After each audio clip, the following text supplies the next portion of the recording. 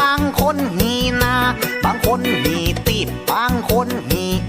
หีควายหีมาก็คือหีทั้งนั้นหีแป๊บหีกวงหีบืนหีใสหีลายหีดำหีเงาหีสันหีตีว่ามามีมากมายทั้งนั้นใจใดทุกอันสืบพันธุ์ทางเพ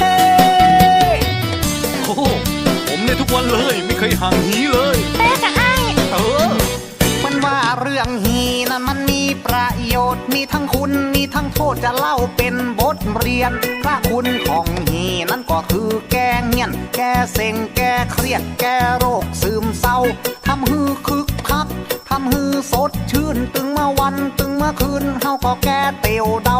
บ่ต้องมนมองบ่ต้องแต่งหน้าเศร้าถ้าบ่กลัวโดนเผามาเป็นคนมักหีโอ้นี่คือลมหายใจของผมเลยผมเกิดมาเพื่อสิ่งนี้เป๊ะกับไอ้ที่ผมเล่ามาบ่ใจว่าบอดดีบ่ได้ดูถูกหีแต่ผมนี้ชื่นชมที่ทำให้เฮาได้สุขได้สมสนองกามารมณ์คือชีวิตสดใส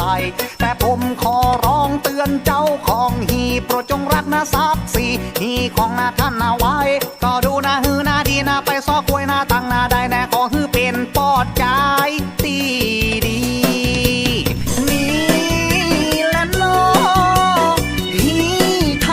สมัยโอ้ยกับโอ้ยเป็นคู่อาฆาตเห็นแต่เป็นกรรมการเห็นแต่เป็นกรรมการทำยานเป็นคนเป่าแน่ทำยานเป็นคนเป่าแน่รักศักดิ์ศรีบ้างนะเจ้าของหีเอ้ยเป๊ะกับไอ้ใช่ไอ้เนี่ยมักหีก็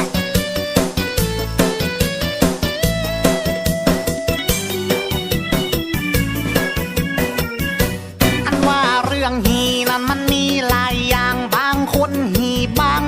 คนหีนาบางคนหีติดบางคนหี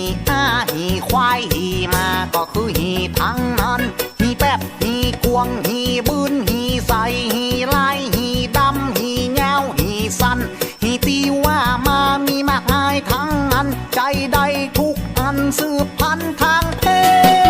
ศโอ้ผมในทุกวันเลยไม่เคยห่างหีเลยเป๊ะกับไอ้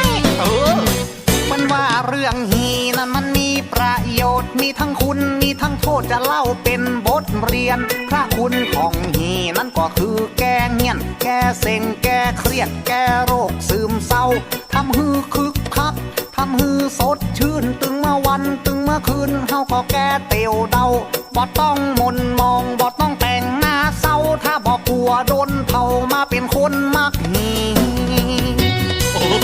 นี่คือลมหายใจของผมเลยผมเกิดมาเพื่อสิ่งนี้เป๊ะกับไอ้ที่ผมเล่ามาบ่ใจว่าบอดดีบ่ได้ดูถูกหีแต่ผมนี้ชื่นชมที่ทำให้เฮาได้สุขได้สมสนองกามารมณ์คือชีวิตสดใส